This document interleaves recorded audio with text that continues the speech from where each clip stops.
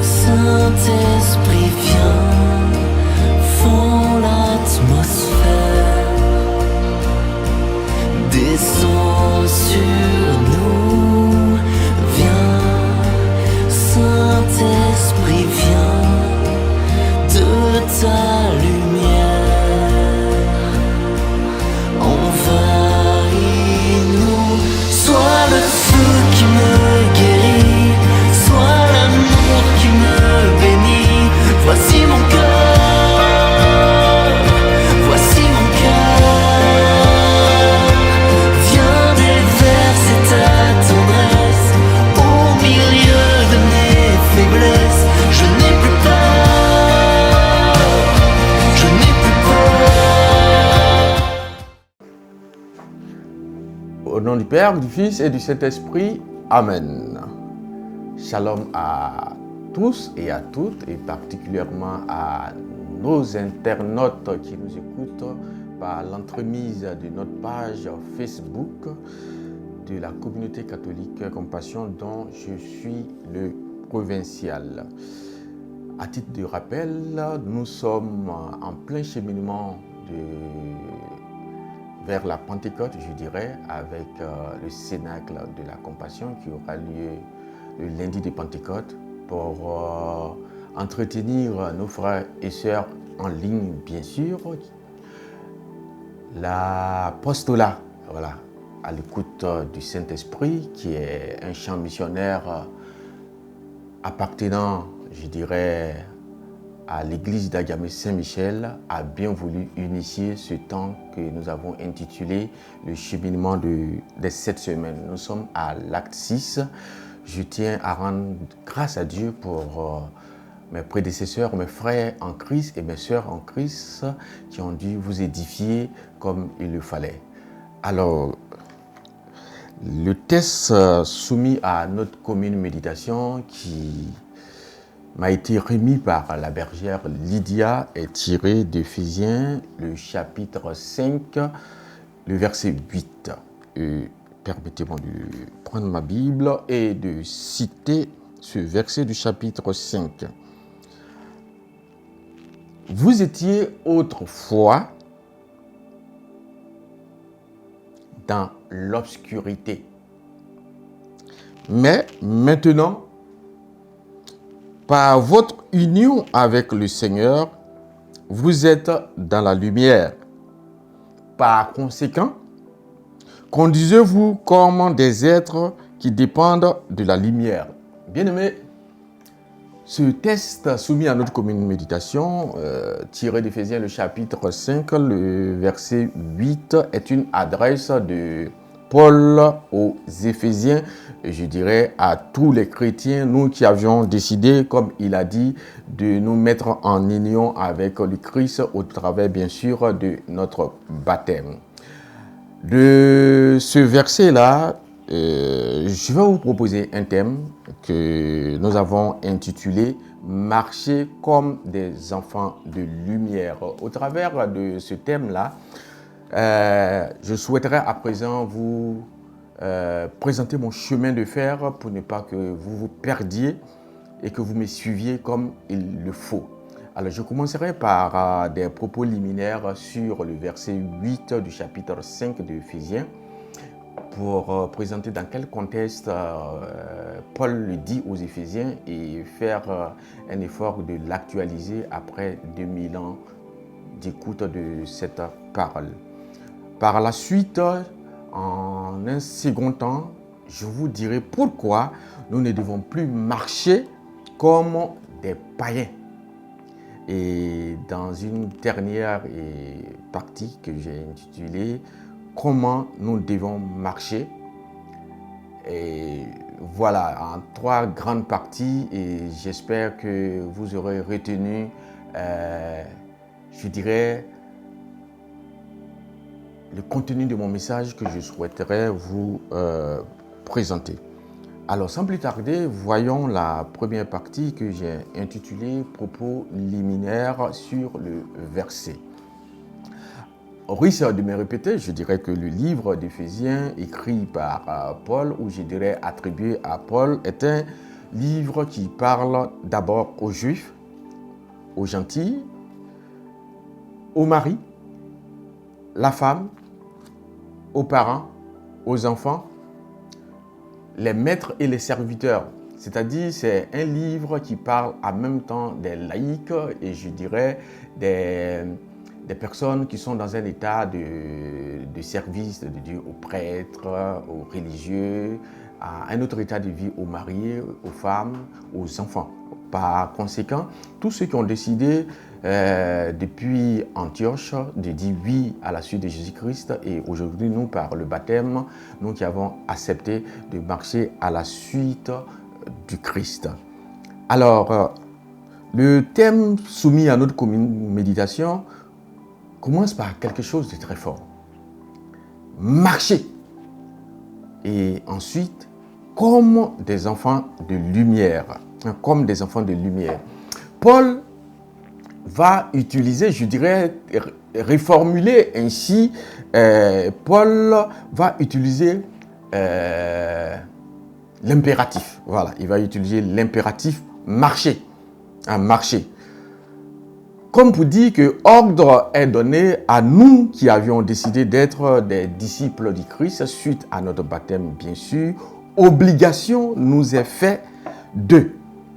Je dirais même, il est plus qu'important il est plus qu'urgent de marcher comme des enfants de lumière. Et c'est pourquoi Paul commence par cet impératif-là. Il commence par cet impératif-là. Et pour illustrer son propos, Paul va faire ensuite appel à une figure de style. Pour parler comme tous ceux qui ont étudié la langue française, l'analogie. Pour faire simple, Paul va utiliser ce qu'on appelle en français courant une comparaison.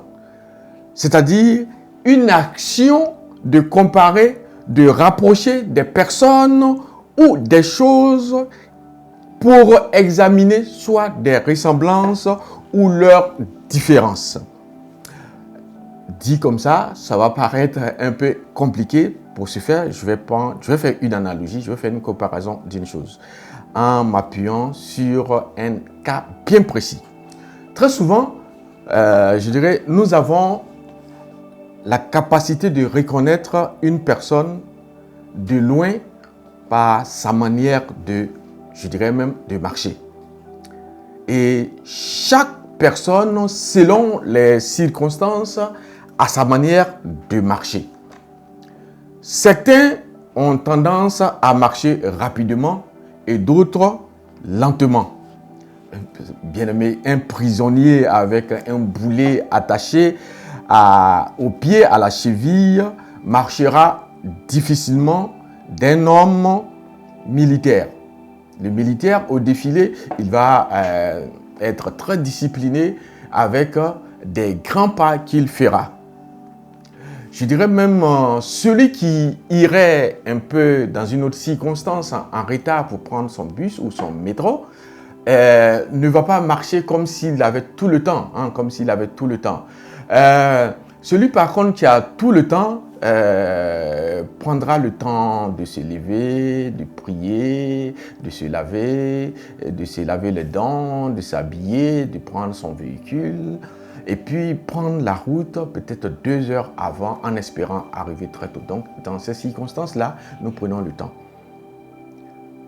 De la même manière, Paul nous dit, maintenant que nous connaissons Christ, par conséquent, en tant que chrétiens, c'est-à-dire nous qui avons décidé de mettre notre pas dans les pas de Christ, nous avons obligation, l'impératif bien sûr, nous avons obligation de marcher différemment. Alors là, oui, obligation de marcher différemment. Mais marcher différemment en tant que qui et pour le compte de qui? Qu'est-ce qui nous distingue de ceux qui ne connaissent pas le Seigneur? Pourquoi marchons-nous différemment de notre manière de marcher autrefois? Surtout ça. Pourquoi un moment on marchait comme selon notre propre nature et à un certain moment, à une autre étape, il faut marcher selon certaines, je dirais, obligations, certaines recommandations de la foi chrétienne catholique. Dans ce passage soumis à notre commune méditation, Paul donne les raisons pour lesquelles nous ne marchons plus comme les païens. Commençons par là. Ça, c'est la première des choses. Les raisons. Pourquoi? Pourquoi Paul, parlant aux Éphésiens et par ricochet à nous, pourquoi nous devons changer notre manière de marcher? Et pour ce faire, il compare notre marche sur la terre à celle de la lumière. Cette comparaison devient claire lorsque nous considérons le rôle de la lumière, c'est-à-dire la lumière qui va éclairer, qui va conduire, qui va briller. Voilà. Éphésiens, le chapitre 5, le verset 8, texte soumis à notre commune méditation, va nous dire clairement, comme je l'ai cité, autrefois, nous étions ténèbres et maintenant, nous sommes lumière dans le Seigneur, bien sûr. Donc, recommandation nous est faite de marcher comme des enfants de la lumière. Dans ce passage, l'apôtre Paul va nous rappeler ce que nous étions autrefois et ce que nous sommes devenus en Christ, bien sûr.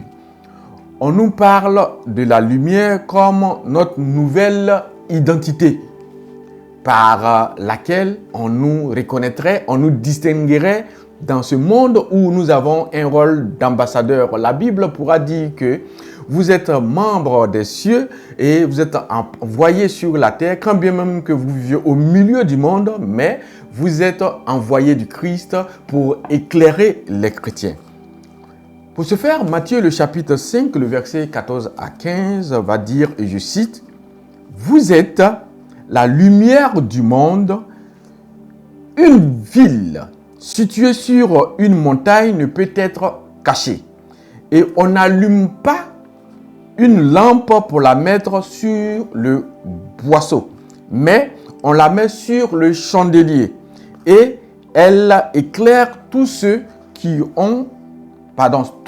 sont dans la maison. » Bien aimé, j'avoue que en méditant le chapitre 5 de Matthieu, le verset 14 à 15, j'ai voulu bien comprendre ce que cette fameuse lumière que nous sommes devenus. Ah, quelle grâce nous comparer à la lumière. Et j'ai d'abord lu un article concernant la lumière dans la science. Et je vais vous partager le retour que j'ai eu de sans édulcorer le message que j'ai eu à parcourir. Je vais citer le message. Le message nous dit, attendez que je regarde dans mes notes. Voilà. Le message nous dit, la lumière a dans le monde organique une importance absolument capitale. Elle est non seulement source de toute santé, mais aussi de toute vie. En effet, la matière vivante, corps, animaux, végétaux, est une synthèse chimique qui ne peut être réalisée dans la nature qu'à la faveur de la lumière. Waouh! Dit comme ça va paraître assez utopique pour toi. Bien aimé, j'ai alors réalisé que la lumière dans le monde naturel fait exactement la chose que la lumière dans le monde spirituel. J'ai compris que nous aussi, de par notre baptême et en tant que lumière du monde, avec le Christ en nous, nous sommes appelés à communiquer la vie autour de nous. Les gens de mauvaise vie ne peuvent sortir des ténèbres qu'à l'apparition de la lumière que nous sommes dans ce monde. Alors du coup, notre devoir est d'éclairer les gens afin que ces personnes puissent sortir du monde des ténèbres et non de les condamner. Non, surtout pas de les condamner. Et c'est pourquoi j'aime bien le naming, c'est-à-dire le nom que porte la communauté catholique, Cœur Compassion. Je vous traduis cela pour que vous compreniez. Et il me sera difficile pour l'instant de sortir de cette vision-là. C'est cette vision qui consiste à regarder quelqu'un dans son entièreté, dans ses dispositions, ses aptitudes, sa manière de faire dans ce monde-là, qui pourrait être une manière gauche de se comporter, de parler dans ce monde-ci, et qui l'aurait conduit peut-être à des difficultés, à des contrariétés, à des blessures intérieures, à des problèmes comme des maladies, à des incompréhensions, où il a du mal à s'insérer dans la société, et qui est devenu comme une langue humaine et que nous rencontrons, et sans juger la personne, nous essayons de venir à son aide pour solutionner toutes les difficultés, tant spirituelles et matérielles que cette personne pourrait avoir, sans juger la personne. Parce que juger une personne bien-aimée, c'est tuer toute espérance en la personne. Et c'est pourquoi j'aime pas les paroles du style « Oh bon, écoute, on est tellement dessus de toi que tu ne deviendras rien sur cette terre. Et on ne peut plus rien faire pour la personne. » Et ces personnes-là reçoivent ces paroles-là comme des pics en elles, et ça se transforme en blessure intérieure. Elles vont se recroqueviller sur elles et il est très difficile. La compassion, en voyant ces personnes, va saisir nos entrailles et nous permettre de découvrir ces personnes qui se présentent à nous comme transparents, et nous découvrons ces aspects-là et nous essayons de les traiter comme on peut, sans bien sûr tuer toute espérance en la personne, parce que Dieu est miséricorde, Dieu est espérance. Toujours une part nous est réservée pour que Dieu se saisisse de cette petite partie-là et que sa lumière puisse luire sur nous petit à petit jusqu'à ce que les zones que nous avons perdues, les parties de notre être spirituel et physique que nous avons perdues puissent être gagnées à Christ. Voilà. Alors, si je dirais notre devoir est d'éclairer les gens afin de les sortir de ce monde sans les juger, il va falloir que nous, qui sommes, je dirais, porteurs de cette lumière, il va falloir que tout ce que nous faisions sur cette terre pour la gloire de notre Dieu soit bien ajusté. Et ajusté, je dirais, à l'image du Maître lui-même, Jésus-Christ de Nazareth, à son image, c'est-à-dire, comme Paul pouvait bien le dire, ce n'est plus moi qui vis, c'est Christ qui vit en moi. Il parlait ainsi pour dire qu'il veut faire comme le Maître, c'est-à-dire il veut avoir la nature du Maître, il veut avoir le caractère du Maître, il veut tuer en lui la chair et avoir l'esprit de Dieu, l'attitude de Dieu. Et au travers de la Bible, de manière oblique, en traversant la Bible est parsemée de beaucoup d'aptitudes, de caractère, de manière, de la nature du Christ que nous devions essayer de retrouver, de méditer. La Bible dit que quand il passait, il faisait du bien partout. Je vais vous en citer quelques actes. En plus de faire du bien, le Christ guérissait des malades. Il rendait les captifs libres. Il agissait avec compassion envers les brebis égarées. Bref, bien-aimés, tout ce qu'il faisait était caractérisé par l'amour et nous devons marcher en faisant autant. Tout acte que nous, porteurs de lumière dans ce monde de ténèbres, doit être caractérisé par l'amour. Marchons comme les enfants de la lumière. Marchons comme Christ, la lumière du monde.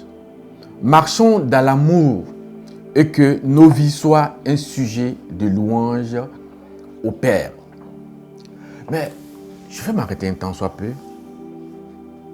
et je me pose cette question, mais pourquoi et comment nous devons réussir ce processus avec Christ?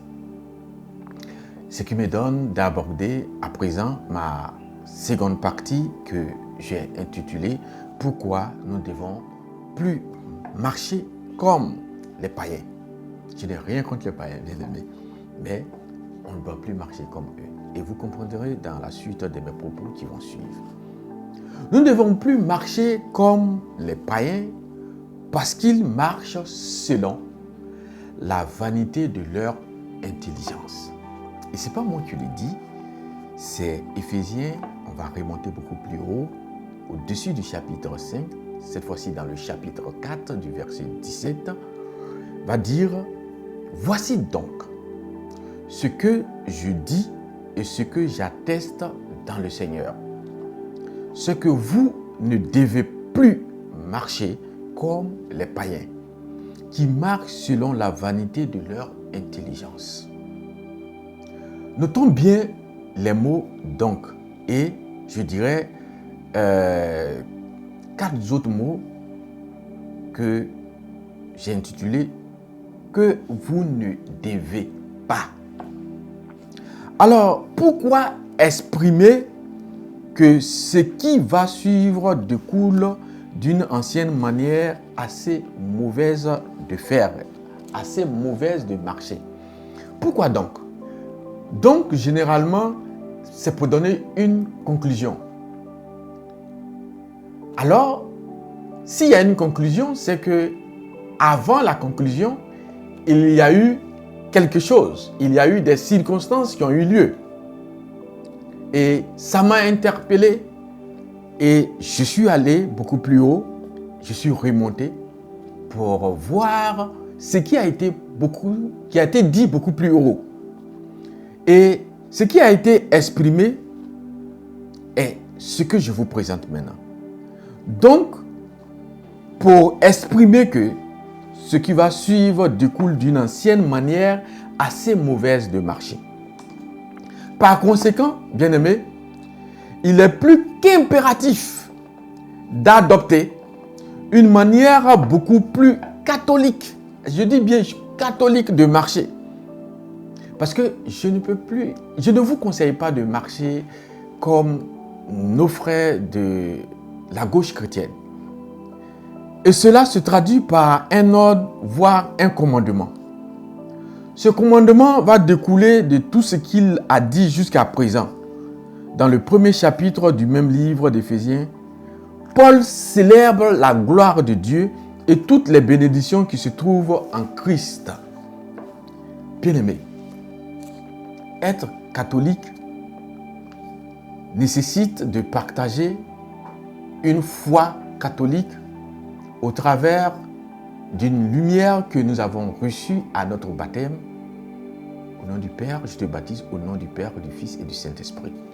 Et le baptême est précédé, je dirais, maintenant de 3 bonnes années de formation. Et vous êtes baptisés. Présentement, nous sommes en pleine période de baptême. Et de ces enseignements-là, nous avons retenu de la foi catholique une manière de nous comporter. Je ne dis pas qu'on ne doit pas parcourir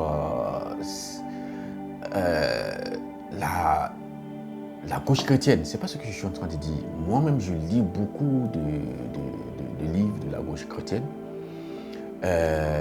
Livres pour ma culture personnelle, pour mieux orienter ma foi et tout. Je ne dis pas ça. Ce que je suis en train de dire, c'est que quand bien même que nous pouvons parcourir d'autres livres, être par des circonstances en d'autres lieux de prière, quand nous revenons, il ne faudrait plus faire l'amalgame entre les choses. Il ne faut plus prêcher comme si nous étions quelqu'un de la gauche. Il faut prêcher selon la foi catholique. Il faut parler selon la foi catholique. Il faut marcher comme un catholique. Sinon, on va aller prendre des enseignements des manières de faire qui ne relèvent pas de l'Église. Et là, bien aimés, les prêtres, nos dévanciers dans la foi, nos aumôniers vont nous taper là-dessus. Alors là, vont nous taper là-dessus. Et nous ne devions pas aussi, après avoir reçu le baptême, marcher comme des païens. Paul va dire, nous étions morts par nos fautes et par nos péchés. Sans Christ, privés de droit de cité par le passé en Israël, étrangers aux alliances, sans espérance et sans Dieu dans le monde où nous vivions aujourd'hui. Et grâce à l'œuvre du Christ, nous sommes plus étrangers ni des gens de passage, mais concitoyens des saints, membres de la famille de Dieu. Avec les Juifs croyants, nous avons un même héritage. Nous formons un même corps et participons à la même promesse, celle du Saint-Esprit. Et par la suite, Paul va dire « à cause de ». Il dit en effet « à cause de » pourquoi ? Des bénédictions que nous avons en Jésus-Christ. C'est pourquoi il est important que nous marchions comme des enfants issus de la foi chrétienne catholique. Parce que cela est assorti de promesses. Et la première promesse, c'est des bénédictions que nous avons en Christ. De notre position avec Christ dans les lieux célestes. À cause de notre intégration dans la famille du Christ, c'est un privilège. Il dit, je ne vous traite plus comme des disciples, je vous traite comme des amis. Ce que Dieu me dit, je vous partage ce que Dieu me dit. Vous n'êtes plus des esclaves, vous n'êtes plus mes disciples, vous êtes mes amis. Pourquoi changer notre manière de marcher? Parce que désormais, de par notre baptême, nous sommes incorporés dans le corps du Christ. Nous sommes morts et ressuscités comme Christ. Nous ne devons plus marcher comme des païens, mais il est important de marcher comme la lumière dans le monde parce que nous avons le Saint-Esprit qui nous fortifie. Face, je dirais, à toutes les oppressions, à tous les dangers que nous pourrons être confrontés. De toutes les grâces citées que je viens de citer, au chapitre 4, Paul va dire, et je cite à nouveau, « Je vous exhorte donc à marcher d'une manière digne de la vocation qui vous a été adressée. Voici donc ce que je dis et ce que j'atteste dans le Seigneur. » Paul ne donne pas son avis personnel. Comme je l'ai dit, c'est un commandement du Seigneur que nous devons plus marcher comme des païens. Paul fait un contraste saisissant entre les païens et les autres. Je dirais même entre les païens et les saints. Il dit que nous ne devons plus marcher comme les païens. C'est peut-être étonnant et moi ça m'a étonné. Frères, sœurs, nous étions païens. Paul nous adresse comme païens. Souvenez-vous donc de ceci. Autrefois, vous, païens dans la chair, traités d'incirconcis par ceux qui se disent circoncis et qui le sont dans la chair et par la main des hommes. Ce n'est pas moi qui le dis et ce n'est pas Paul qui parle. C'est Éphésiens, le chapitre 2, le verset 11. Ce n'est pas les propres propos de Paul, c'est des propos inspirés par le Saint-Esprit. À cause de cela, il continue, Paul bien sûr, « Moi, Paul, le prisonnier du Christ Jésus pour vous, les païens, j'ai décidé de marcher dans la lumière. » Comme pour dire que nous avons vécu par le passé comme des païens. Paul, par le passé, nous connaissons son histoire. Il allait auprès des autorités avoir l'autorisation, ne serait-ce que pour aller persécuter les chrétiens. Il a fallu je dirais, cette périscope de la Bible lors de son départ avec ses disciples à Damas, pour que sur la route de Damas, Dieu se présente à lui et qu'il soit aveuglé et qu'il se retrouve à Damas avec Ananias pour que Ananias puisse prier pour lui. Ananias même a eu très peur et Dieu a dit, c'est moi qui t'envoie auprès de lui pour faire tomber les écailles de ses yeux pour qu'il voie. À l'image de Paul, nous aussi nous avons vécu par le passé, hein. Nous avons vécu comme des vrais païens. C'est pourquoi quand Dieu nous touche, c'est pas parce que Dieu nous a touchés que automatiquement il faut imposer notre nouvelle vie aux païens. Il faut se souvenir qu'à l'image de Paul, nous étions par le passé là-bas. Nous étions persécuteurs. Nous ne comprenions pas les Écritures. Nous étions carrés, comme ça. Nous étions dans tout ce qui est infidélité vis-à-vis de Dieu. Nous étions tout ce qui est alcool, cigarette. Nous étions tout ce qui est, je dirais, homme à femme. Nous étions, je dirais, dans la corruption de toutes sortes. Nous détournons les deniers publics. Ce que l'État nous a mis à notre disposition, nous n'en disposions pas comme il faut. Nous étions indisciplinés. Nous ne respections pas le code de la route. Je dirais, on tenait des propos compliqués. On allait même clouer au pilori des chrétiens. Paul encore, lui, le faisait physiquement. Il allait trancher des têtes. Mais nous mettions à 2, à 3 pour, je dirais, dire des choses à l'encontre de quelqu'un d'autre. C'est une manière de persécuter la personne. C'est une manière de tuer toute espérance en cette personne. Quand nous nous mettions à 2 pour parler de quelqu'un d'autre et pour traiter la personne de tous les noms, sans nous rappeler que par le passé, nous étions comme cette personne et que par le fait que nous soyons renouvelés dans notre intelligence et que la lumière marche désormais à notre pied, nous pensons que nous sommes devenus des personnes supérieures à ces autres personnes qui étaient par le monde. Nous sommes passés par là. C'est pourquoi il faut être indulgent. Il faut avoir la pédagogie, il faut avoir la démarche qu'il faut pour pouvoir ramener nos frères et sœurs que nous avons laissés de l'autre côté, ne serait-ce qu'au travers de la lumière qui brille. Et je vais vous donner cette anecdote, que vous connaissez d'ailleurs, le curé d'As. Lorsqu'il arrive dans cette bourgade de la France, ce qu'on ne nous dit pas très souvent, c'est qu'il arrive sur une paroisse où il y avait un précédent, où il y avait un prêtre qu'il venait remplacer. Malheureusement, avec le peuple de Dieu, le prêtre ne s'est pas bien comporté. Le serviteur de Dieu ne s'est pas bien comporté. Et son attitude, son comportement, qui était très loin de la nature et du caractère du Christ, avait, je dirais, suscité un chaos dans le peuple à Axe. Et du coup, à Axe, les chrétiens ne se rendaient plus à l'église à la suite du forfait de ce serviteur de Dieu. C'est comme ça que le Saint curé d'Ast a été suscité pour essayer de remobiliser cette partie de la France chrétienne afin de ramener les enfants du Christ à la suite de cette bassesse que son prédécesseur avait, je dirais, commis. Voilà comment il va procéder.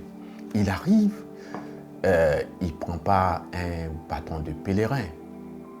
Il arrive, il va toujours exposer le Saint-Sacrement. Il n'y a personne dans cette chapelle-là où il s'assoit en présence de Dieu pour adorer son Dieu. Et quand nous adorons Dieu, quand nous faisons un face-à-face avec Dieu, il arrivait de dire à Dieu, par le biais du Saint-Esprit, qu'il ne sait même pas formuler la prière qu'il doit dire à son Dieu. Il utilisait les 26 lettres de l'alphabet qu'il mélangeait et il demandait au Saint-Esprit « compose la prière à l'honneur de mon Dieu ». Et bien aimé, faire ainsi va développer son intimité, va enrichir son intimité. Et plus notre intimité, c'est notre communion quotidienne que nous avons avec le Christ. C'est notre relation quotidienne que nous avons avec le Christ. plus il va enrichir, il va donner des vitamines spirituelles, bien sûr, à, je dirais, cette communion avec Dieu, avec sa relation avec Dieu. Cette relation, cette intimité va faire grandir en lui ce qu'on appelle l'onction de Dieu. Et j'ai l'habitude de vous présenter cette image avec l'auréole autour de la tête de Jésus-Christ de Nazareth. Cette intimité avec le Christ va faire rayonner en nous une lumière qui va nous remplir notre être intérieur et qui va même déborder sur notre être physique et qui va visiter l'environnement spirituel où nous sommes et l'environnement physique où nous sommes. Et le curé d'Ars était arrivé à cette étape-là jusqu'à ce qu'un jour, un premier chrétien arrive et qu'il se pose la question, quel est cet homme qui est toujours en présence de son Dieu? Et par curiosité, il essaie d'y entrer et il rentre dans la chapelle qui est auréolée de lumière, de la gloire et de la puissance de Dieu. Et le cœur de ce chrétien est touché, sans que le curé d'Ars ne lui dise quoi que ce soit. Ainsi de suite, un second chrétien arrive, un troisième chrétien arrive. Parce que plus le troisième, le quatrième, le cinquième arrivait et qu'il se mettait à la suite du curé d'Ars pour prier, le rayonnement devenait beaucoup plus grand. Jusqu'à ce que le rayonnement touche l'environnement spirituel et physique de cette bourgade et que les gens sortent de leur maison seuls, sans qu'on ne leur dise quoi que ce soit, ne pensent plus au précédent qui a eu lieu jusqu'à ce que ces personnes, petit à petit, reviennent. Et tout se trouve dans la méthode, tout se trouve dans la manière de faire. Je connais un autre prêtre qui est arrivé dans une cité, ça c'est très contemporain, je ne vais pas citer son nom. C'était une paroisse, on appelle ça une quasi-paroisse. C'était un apatam. Et il arrive, à la différence du curé d'Ars, lui, il a fait du porte-à-porte. Il a commencé à toquer aux portes des personnes qui habitaient l'environnement où la quasi-paroisse existait. Et se présentait. Je suis le père Tan, j'ai été affecté dans votre environnement pour que ensemble nous développions notre foi et que nous bâtissions cette église pour laquelle l'évêque a souhaité que je sois là. Et donc il sympathisait avec le peuple de Dieu qui habitait dans le secteur. Et cette manière de faire a été tellement aimée de par les chrétiens là. Il a fait sur plusieurs périodes, jusqu'à ce que les chrétiens de cette zone disent, bon, il vient, il se présente à nous, on va le retrouver sous la patame pour essayer de prier avec lui à la messe, d'échanger avec lui, des enseignements petit à petit. La communauté a commencé à se construire comme cette communauté après Antioche, après la mort du Christ. Petit à petit, aujourd'hui, nous n'avons plus une quasi-paroisse, nous n'avons plus un apatam, nous avons une grande église. Église comme membres des enfants de Dieu qui viennent prier, mais une bâtisse bien construite, bien en plus. Et aujourd'hui, cette paroisse-là a un rayonnement pas possible en Abidjan et je dirais même en Afrique de l'Ouest. Donc, tout se trouve dans la méthode, dans la manière de faire. N'obligeons pas les personnes à devenir comme nous sommes devenus. Non. Ça ne se trouve pas dans l'obligation. De par notre attitude, de par notre démarche, comme le curé d'Ars et ce prêtre que je suis en train de citer, nous pouvons ramener beaucoup de chrétiens à la lumière du Christ et faire bénéficier les chrétiens de toutes les grâces que j'ai citées beaucoup plus haut. Bien-aimés, rappelons que parler avec les gens de ce monde, et vous allez comprendre la difficulté que vivent les gens de ce monde. Et vous verrez la grâce que nous avons d'avoir Christ de par notre baptême et de par la lumière et de profiter de toutes, je dirais, ces promesses que j'ai citées beaucoup plus haut. J'ai l'habitude de parler avec eux. Ils ont l'air intelligents, alors là, super intelligents, connaissant même la Bible, la pratiquant, mais avec une intelligence, une connaissance, intellectuelle de la Bible. ils n'ont pas encore fait une rencontre véritable avec le Saint-Esprit. Et nous sommes nombreux comme ça. Et par le passé, nous avions été comme ça. C'est pourquoi il ne faut pas les brimer. En échangeant avec ces personnes, j'ai constaté qu'ils peuvent nous donner des raisons de leur comportement. Ils peuvent même les justifier. Ils ont des raisonnements, ils ont des justificatifs à tout leur comportement, à leur attitude. Ils me donnent souvent des raisonnements concernant pourquoi il est sage de vivre ensemble avant de se marier. Pourquoi les femmes devraient avoir le droit d'avorter leurs enfants. Des raisons du style pourquoi il n'est pas nécessaire pour les hommes de rester fidèles à leur épouse. Ils vous parleront des traditions qu'ils ont héritées de leur père. Tout cela, c'est la parole des hommes. Nous vous annonçons la parole de Dieu. Et 1 Pierre, le chapitre 1, le verset 18 à 19 que je vais citer, vous savez, en effet, que ce n'est point par des choses périssables, argent ou or, que vous avez été achetés de la vaine manière de vivre par le passé, héritiers de vos pères, mais par le sang précieux de Christ, comme d'un agneau sans défaut et sans tache. 1 Pierre 1, 18, 19. Et Paul, pour parler comme les Ivoiriens, va renchérir et dit que nous ne devions pas marcher comme les païens parce qu'ils marchent selon la vanité de leur intelligence. Leur intelligence est vaine, vide et dépourvue de valeur. Et nous avons dans cette société des attitudes, des comportements qui nous prouvent que les vraies valeurs ont disparu. C'est la promotion de la facilité, de la médiocrité. Je ne dis pas que je suis jeune, j'ai un certain âge quand même, mais je veux dire par le passé, on avait des valeurs comme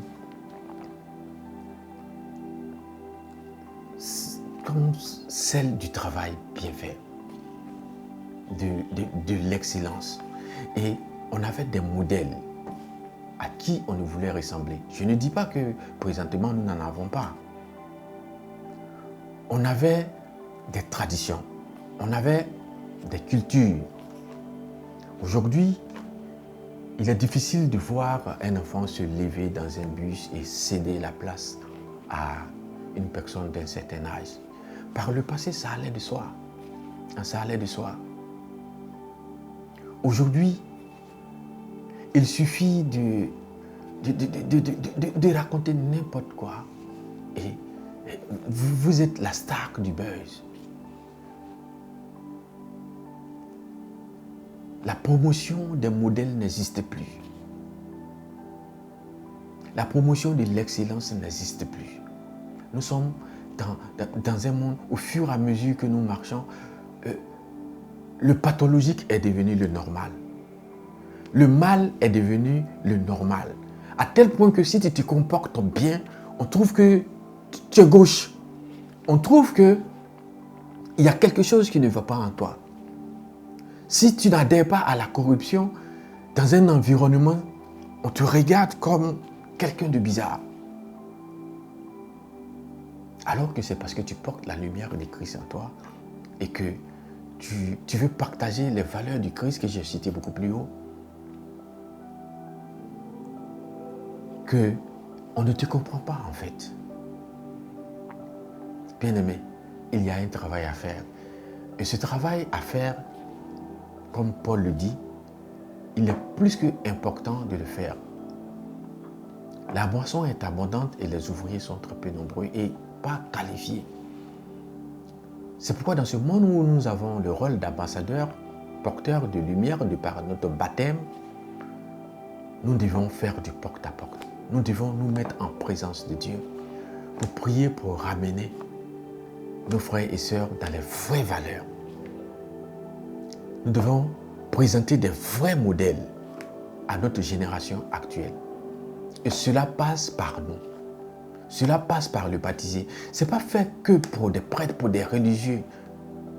Ce n'est pas fait pour des laïcs engagés. C'est fait pour tout baptisé qui porte la lumière du Christ et qui a reçu le Saint-Esprit par la confirmation. Ce n'est pas une histoire de dire non, c'est l'affaire de telle communauté, c'est l'affaire de l'Église. Non, nous pouvons prêcher à nos voisins. Nous pouvons parler à nos collègues au travail. Nous pouvons parler de la lumière du Christ. Nous pouvons parler des vraies valeurs sur tout ce que nous écoutions, sur tout ce qu'on appelle les réseaux sociaux. Nous pouvons nous mettre une page que nous pouvons créer et être la lumière pour nos frères et les autres. Une contre-offensive. Ce n'est pas le fait des autres, c'est le fait de tout baptiser, bien-aimé. Mais cela va se faire d'une manière. Cela me donne d'aborder ma dernière partie, la troisième, comment nous devons marcher. Comment, je dirais, Paul présente cette urgence, l'impératif qu'il utilise. Il est plus que urgent. Auquel cas, le monde va se perdre, bien-aimé. Alors, pour marcher et être porteur de lumière dans ce monde, pour espérer ramener nos frères et sœurs afin que ces personnes bénéficient de la grâce de Dieu, nous devons commencer par nous dépouiller de notre vieille nature, c'est-à-dire notre ancienne manière d'être, notre nature ancienne, notre caractère ancien, notre impulsivité, nos colères, nos inquiétudes, nos doutes, nos peurs de l'avenir, pour épouser la nature du Christ, l'omniscient, l'omnipotent, le puissant, celui qui sait tout. Et de par le baptême, nous avons tout ça en nous. Je dis bien, nous avons tout ça en nous par la foi. Bien-aimé, l'habit ne fait pas le moine, mais dès qu'un détenu retrouve sa liberté, il se dépouille des habits de prison et met ses effets civils. L'uniforme ne fait pas l'officier, mais il convient à l'officier de porter son uniforme, auquel cas on ne le reconnaîtrait pas dans ce monde. Nous sommes à l'image de ce que je viens de citer. Vous ne pouvez pas réaliser l'identité que nous sommes, l'importance que nous sommes au milieu de ce monde qui perd de plus en plus de sa valeur. Il faut que nous nous mettions à la tâche.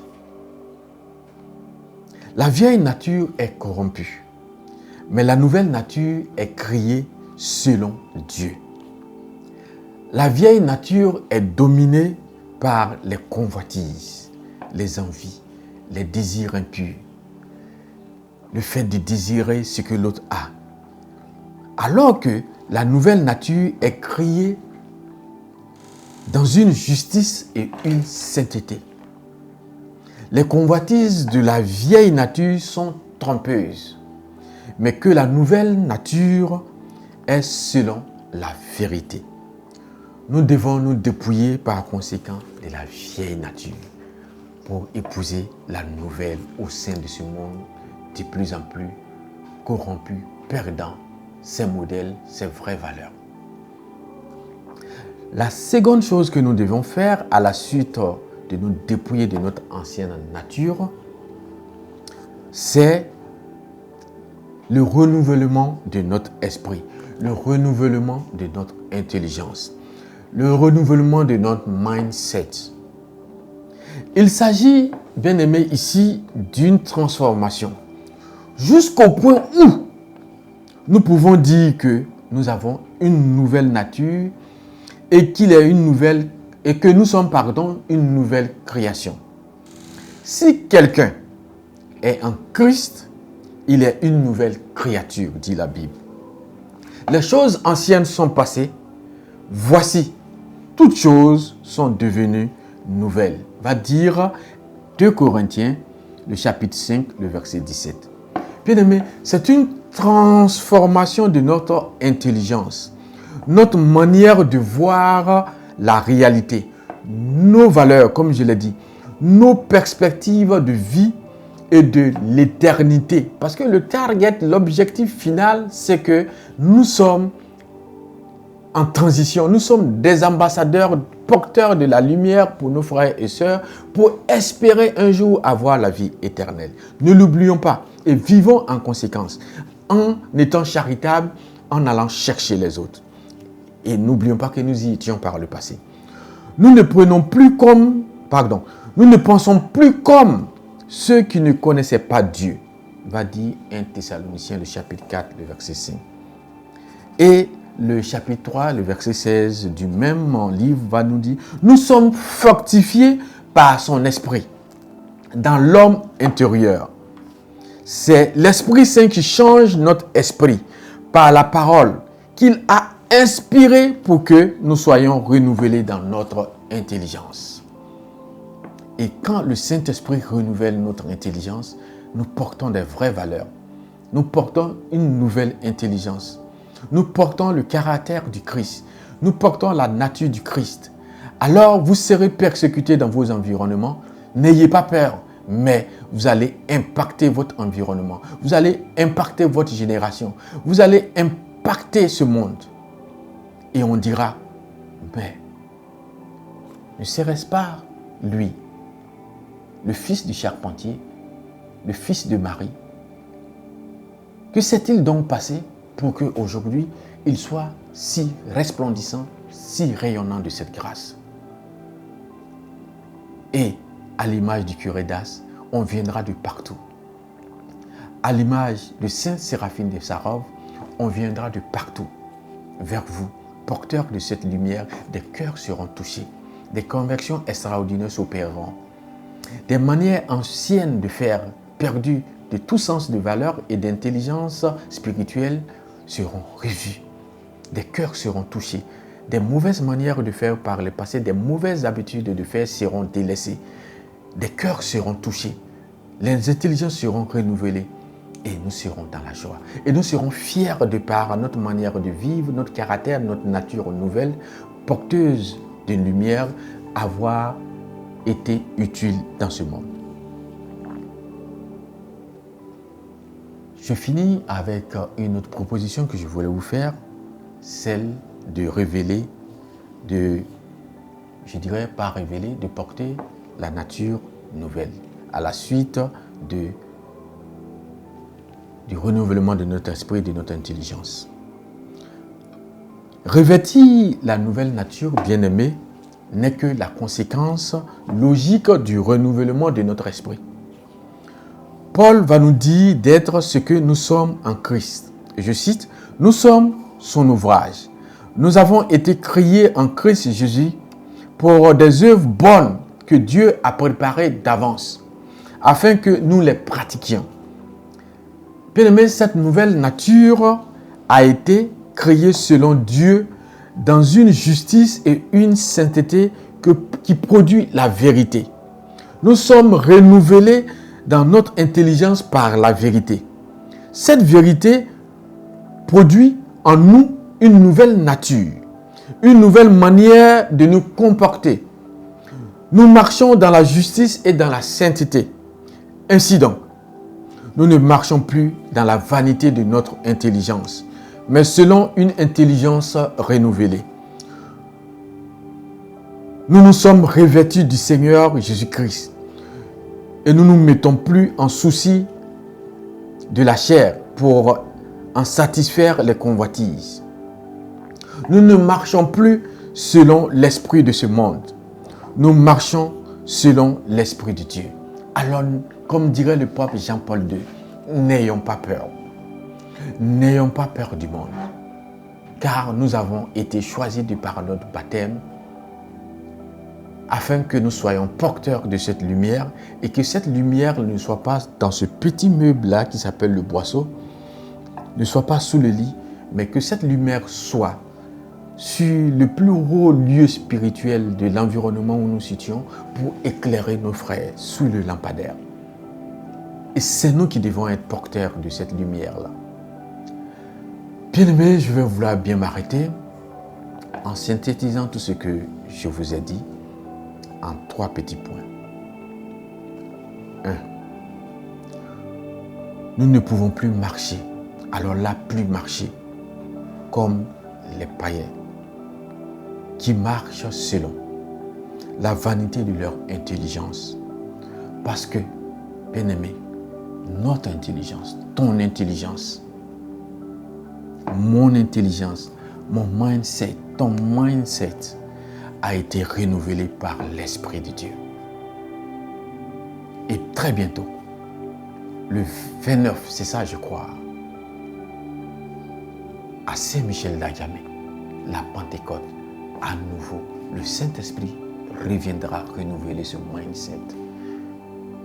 Il viendra booster ces huiles qui étaient comme endormies en toi, afin que tu rayonnes de gloire.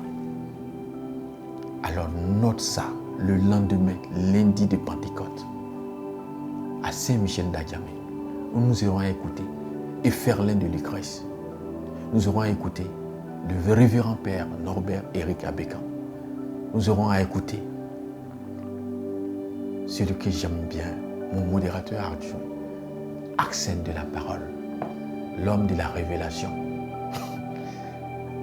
l'homme de l'humilité, l'homme de la douceur. Deuxièmement, nous ne pouvons plus marcher comme les païens parce que ce n'est pas ainsi que nous avons appris de Christ. Ce n'est pas ce que nous avons appris de Christ. Notre maître est celui à qui nous croyons. Il faut que notre chair se taise de par le jeûne et de la prière, de la méditation de la parole de Dieu, afin que notre intimité ne soit plus des intimités de 5 minutes, de 3 minutes, des longs moments d'intimité pour enrichir nos intimités, afin que la gloire de Dieu puisse nous remplir et exploser en nous, et que des cœurs soient touchés par la lumière que nous portons. Bien-aimés, c'est possible et nous l'avons expérimenté. Et beaucoup de personnes l'expérimentent. C'est vrai. Il ne va pas, il l'a dit, je vous ne donne pas de vivre seulement en paix, la grâce et les promesses qui suivent. Mais en plus de cela, nous serons persécutés. Ce n'est pas bien grave. Mais la persécution va éprouver notre foi. Comme aime à le dire le modérateur adjoint Accent de Cappadoce, nous sommes de l'argile dans la main du potier. Et l'instrument que le potier va sortir, là, le pot, passe par le feu. L'or, cette matière précieuse va passer par le feu. Et c'est ça les épreuves que nous vivons au travers des persécutions. Mais mettons notre foi en Christ.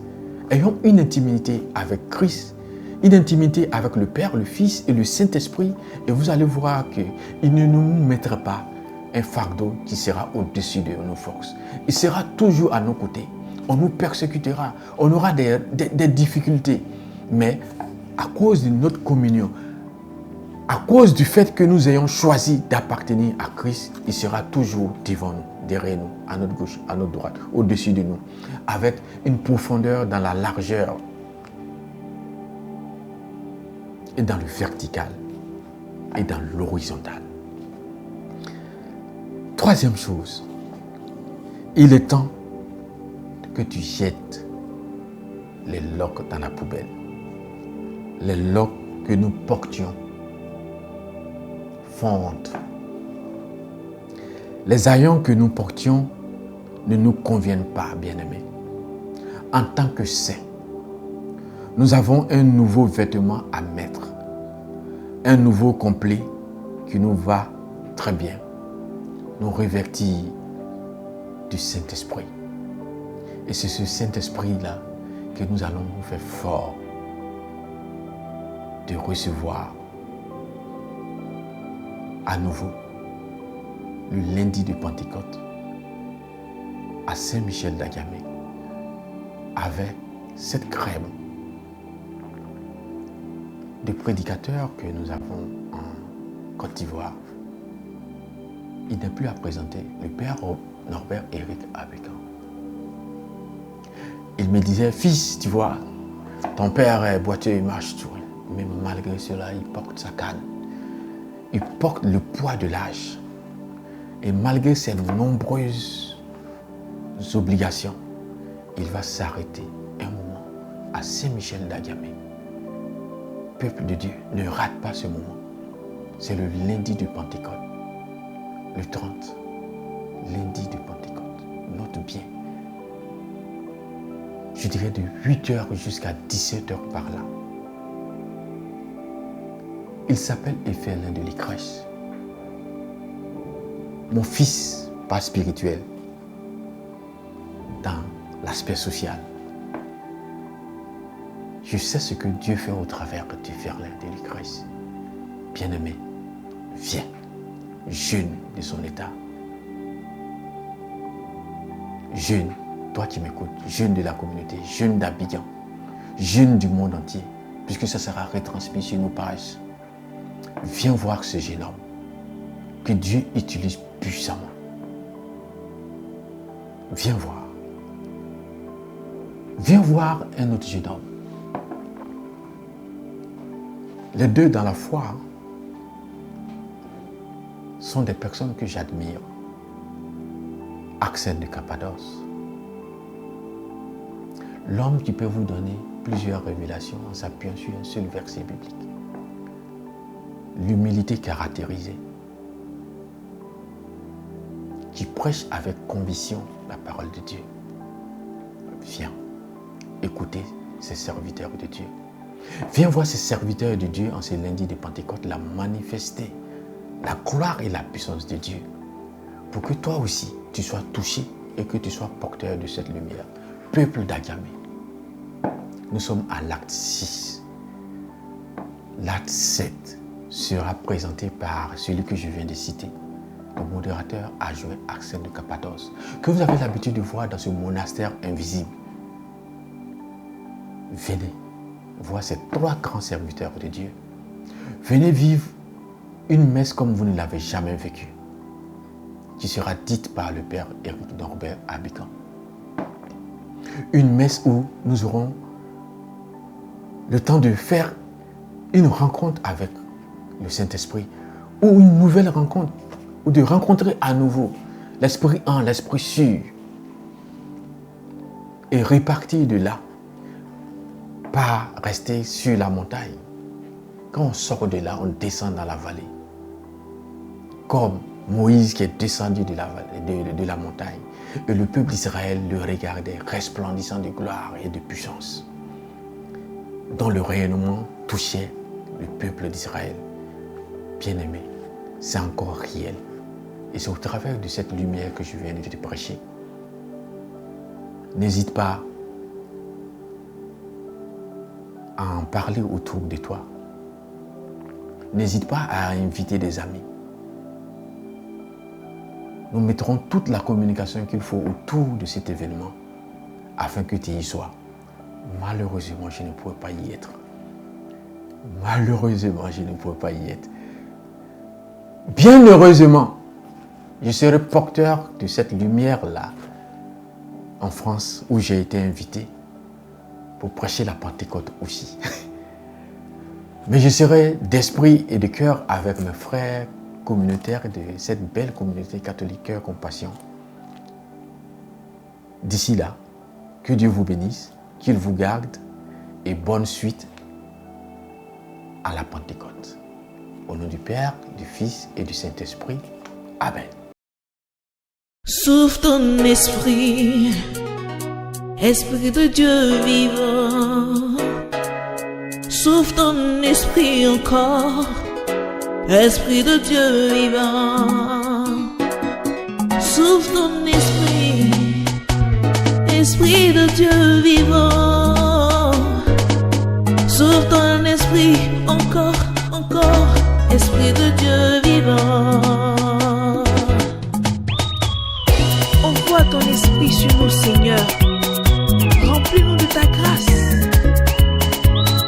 Remplis-nous de ton amour, Seigneur. Alléluia.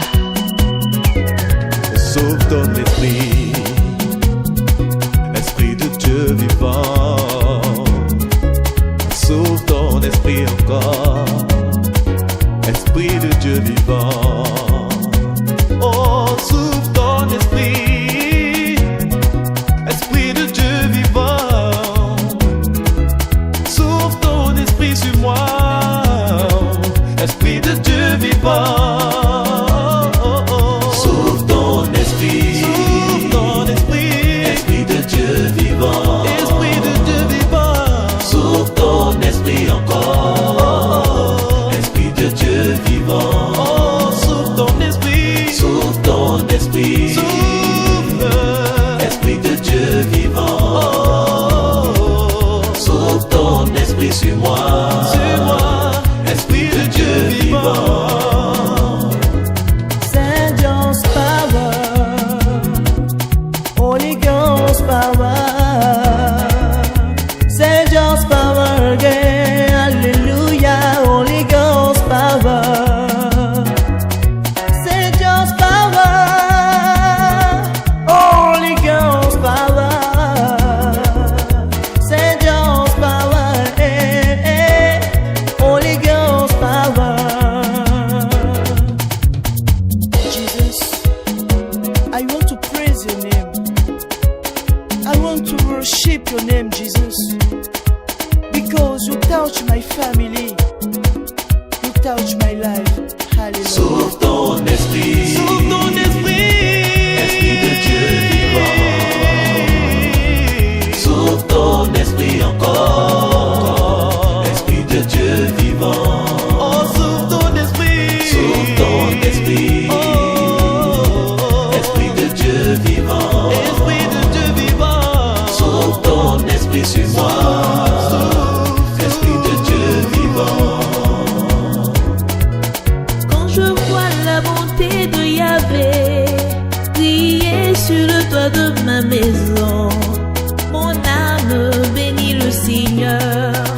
Quand je vois la bonté de Jésus briller sur le toit de ma maison, mon âme bénit le Seigneur.